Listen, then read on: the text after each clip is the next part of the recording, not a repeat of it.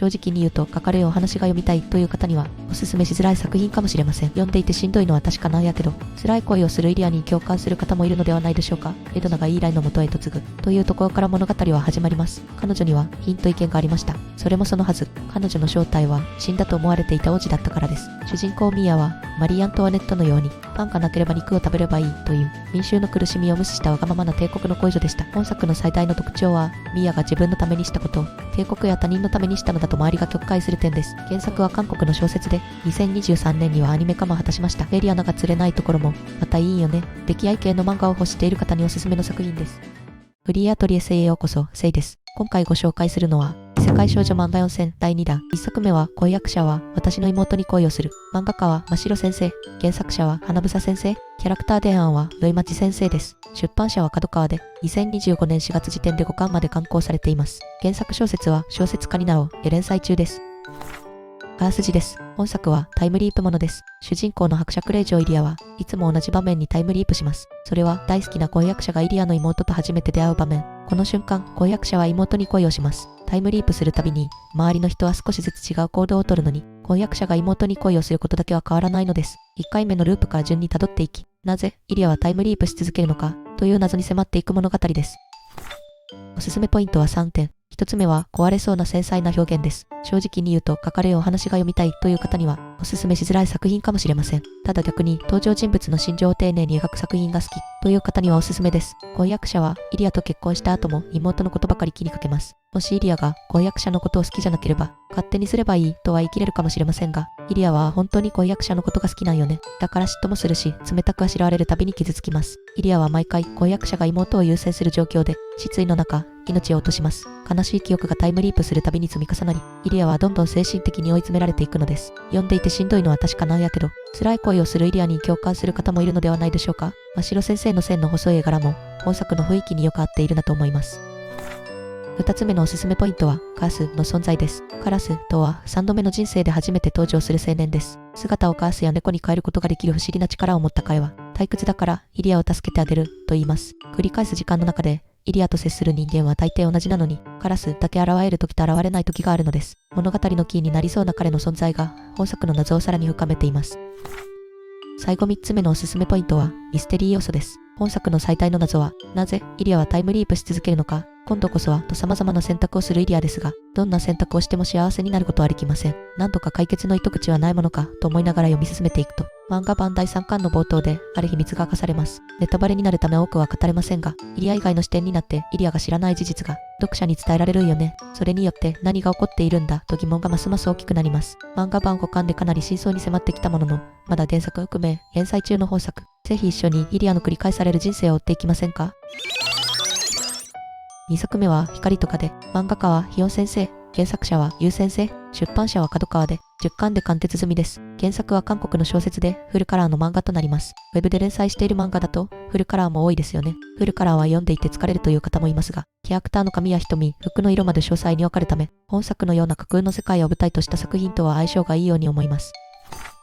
あらすじです。物語の舞台となる国は、色欲に溺れた国王の悪政が続いていました。民衆の不満はたまり、ついに反乱が勃発。激しい交戦の末、王をはじめ、王妃や皇太子も討ち取られ、反乱軍のリーダーが新国王となります。この新国王の右腕として功績を立て、公爵の地位を得たのが平民出身の騎士以来です。一方、主人公のエドナは貴族の家の召使いとして働いていました。その家の令嬢の身代わりとして、エドナがイーライの元へ嫁ぐというところから物語は始まります。おすすめポイントは3点。1つ目はエドナの正体です。イーライの元へ嫁いだエドナ。早々に身代わりがバレた彼女は仕えていた貴族の私生児だと嘘をつきます。しかし、イーライは違和感を覚えるんよね。彼女の強い眼差し、身のこなし、領民に話す様子が、ただの私生児のものではなかったからです。彼女には品と意見がありました。それもそのはず、彼女の正体は死んだと思われていた王子だったからです。母の希望で性別を偽って皇太子としての教育を受けていたエドナ。文武ともに右に出る者がいないと言われるほど優秀だった頭脳や剣の腕を、父王の圧戦によって壊された民の暮らしを救うために使っていきます。2つ目のおすすめポイントは、イーライの正体です。歴戦は腐敗を誇り、敵とあらば老若男女問わず全て手にかけたことで、英国リドとして敵味方双方から恐れられているイーライ。新国王の右腕として功績を立てたことで、公爵になりました。でも、これっておかしいと思いませんか？公爵は貴族の中で一番上の階級です。いくら新国王を助けたとはいえ、元平民の騎士が全ての貴族の頂点に立つなんて普通では考えられません。このありえない叙釈にイーライの秘密が隠されています。どんな秘密かは本編にて確かめてみてください。最後3つ目のおすすめポイントは、エドナとイーライの恋の行方です。反乱を主導した男の騎士と、反乱によって両親を殺され、城を追われた元王子、一見、敵対関係にしか見えない二人ですが、意外にもドロドロとした復讐力には発展しません。王子としての人生を失い、生きる活力をなくしかけていたエドナにとって、イーライとの暮らしは、女である自分を初めて受け入れ、新たな生き方を見出すきっかけになったんよね。次第にイーライに惹かれていくエドナですが、王子だった時に一人逃げ出した負い目から、自分には幸せになる資格がないと思い込んでいます。対するイーライは、エドナの素性に違和感を覚えながらも、普通ではない、彼女に強く惹かれていきます。でも、彼女は身代わりに差し出されただけ、生きるために仕方なく自分と一緒にいるだけで、本当は自分を好きじゃないはず、と葛藤しています。互いに惹かれ合いながらも、本心で話せない二人の関係が、読者の心を掴んで離しません。元王子として培った知性と武術、そして困難を乗り越える強さを持ちながら、女性としての優しさも備えたエドナの成長物語。強い女性キャラクターが好きな人には特におすすめの一作です。原作小説は3部作となっており、第2部のゴールデンタイムはピッコマなどの縦読み漫画アプリで読むことが可能です。本作10巻を読み終えた方は、ぜひ第2部もチェックしてみてください。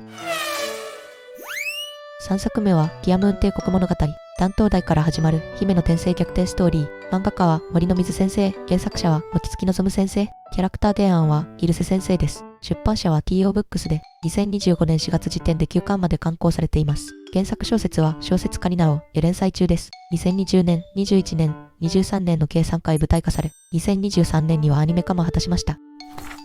あらすじです。主人公ミーアはマリー・アントワネットのようにパンがなければ肉を食べればいいという民衆の苦しみを無視したわがままな帝国の恋女でした。その結果、民衆の怒りが爆発し、帝国が革命軍の手によって崩壊した際、3年間投獄された後にギロチンにかけられ、20歳の若さで処刑されてしまいます。どうしてこんなことにと疑問を抱きながら命を落としたミーアでしたが、気がつくと12歳の時点までタイムリープをしていました。なぜか手元にあった自分の未来の日記や1回目の記憶を使ってギロチンの運命を回避するためにミーアが奮闘する物語です。おすすめポイントは3点。1つ目はミーアの性格です。処刑されてしまった1回目では、自国の貴族が悪さをしても無関心だったり、恋女だから誘われて当たり前という傲慢さがあったり、嫉妬心からいじめをしたりと、ぐずっぷりを発揮していたミーア。そんなミーアですが、タイムリープ後は、3年間投獄された経験があまりに辛かったため、1回目の時は首にしたシェフの料理に感動したり、投獄の際、唯一尽くしてくれたドジなメイドに優しくしたいと、1回目より多少栄光になります。正直、わがままな少年は変わっていません。あくまで自分のため、ギロチンの運命を回避するために、人に親切にしています。ただ、わがままであると同時に純粋さもあって、育てられ方が違えば、1回目でも恨まれることはなかったやろうなと思います。2つ目のおすすめポイントは、勘違い要素です。本作の最大の特徴は、ミーアが自分のためにしたことを、帝国や他人のためにしたのだと周りが曲解する点です。例えば、優秀な文官を味方につけたケースでは、1回目の時に言われたムカつくことを全て書き留めていたミーアは、その文官が言っていたことをそっくりそのまま伝えます。すると、なんと立派な恋女様がいたんだ、と勝手に感動し、ミーアの味方になります。また、いじめられていた人を見て見ぬふりしようとしたミーアですが、せっかく味方につけたメイドの信頼を裏切ることはできず、助けたりします。全てが断頭台につながるのではないか、と考えているミーアは、かなり臆病になっているんですね。そのため、トラブルを避けようと、普通の人よりもお人よしに振る舞うようになります。それを見た周りの優秀な人々が、勝手に妄想を爆発させ、ミーアは素晴らしい人だと勘違いすることで、ミーアは次第に帝国の英知と呼ばれるようになっていきます。最後3つ目のおすすめポイントは国々の性質です。ミーアが通う学園には様々な国出身の生徒がいます。例えば、ミーアがいる帝国では、貴族が平民を虐げるのは当たり前。中央門閥貴族が辺境の田舎貴族を虐げるのも、咎められることではないとされています。そんな不正義なことがあっていいのかと思いますが、それが帝国の常識なのです。他には男尊女卑が当たり前の軍事国家があったり、一方で法と正義を重んじる国家があったりします。これらが登場人物たちの行動を通じて語られます。我がまま恋女のやり直しの物語というキャッチコピーをつけられる本作ですが、その裏には物語を支える緻密な世界構築がなされています。4作目は彼女が公爵邸に行った理由。漫画家はホエール先生、原作者はミルジャ先生です。出版社は角川で2025年4月時点で12巻まで刊行されています。原作は韓国の小説で2023年にはアニメ化も果たしました。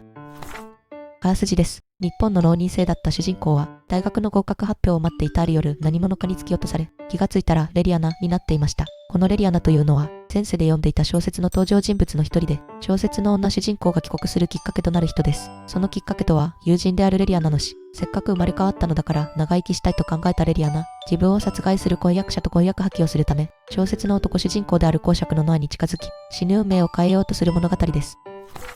おおすすめポイントは3点。1つ目はノアの溺愛です。小説の結末やノアの秘密を知っているレリアナは、ノアの秘密をばらさない代わりに、6ヶ月だけ婚約者のふりをするようノアに申し出ます。甘いマスクの裏に悪魔よりも凶悪な顔を隠しているノアですが、普通の令嬢と違うレリアナに興味を持ち、婚約者のふりをする契約を受け入れるんよね。ノアの興味が好意に変わるのに、時間はかかりませんでした。ノアは自分の気持ちになかなか気がつきませんが、レリアナを溺愛しているのは傍から見れば一目瞭然です。剣の腕も頭脳も一流、顔面偏差値も高く S っ気のある公爵様が、気になる子にちょっかいをかけていじめるという設定は、好きな方も多いのではないでしょうか。レリアナが釣れないところも、またいいよね。溺愛系の漫画を欲している方におすすめの作品です。2つ目のおすすめポイントは魅力的なキャラクターです。ノア以外にも魅力的なキャラクターがたくさん登場する本作。例えば、主人公のレリアナは気が強く行動力があります。銃を手に自ら敵を追い詰めるシーンは読んでいて爽快です。ノアの側近でレリアナの専属騎士となったアダムは、幼い頃から戦場を渡り歩いていた最強の剣士。寡黙で周りから恐れられる彼ですが、甘いものが好きというキャットもあります。他にも150歳以上生きているのに子供の姿をしている大神官がいたり、ノアのライバル役となる貴族がいたり、人をからかうことが大好きな若い国王がいたり、魅力的なキャラクターがたくさん登場します。最後3つ目のおすすめポイントは、原作とは異なる展開です。ノアに接触したことで、婚約者から逃れることができたレリアナ。しかし、原作とは異なる行動をとったせいで、未来は予測できないものとなります。隣国に留学しているはずの原作の女主人公の行方がわからなくなってしまったり、女主人公と男主人公であるノアが出会うはずの日に出会わなかったり、しまいには原作と関係ない場面でも命を狙われるレリアナ。女主人公はどこへ行ってしまったのか、レリアナの命を狙うのは誰なのか、恋愛要素だけでなく謎解き要素も楽しめる作品です。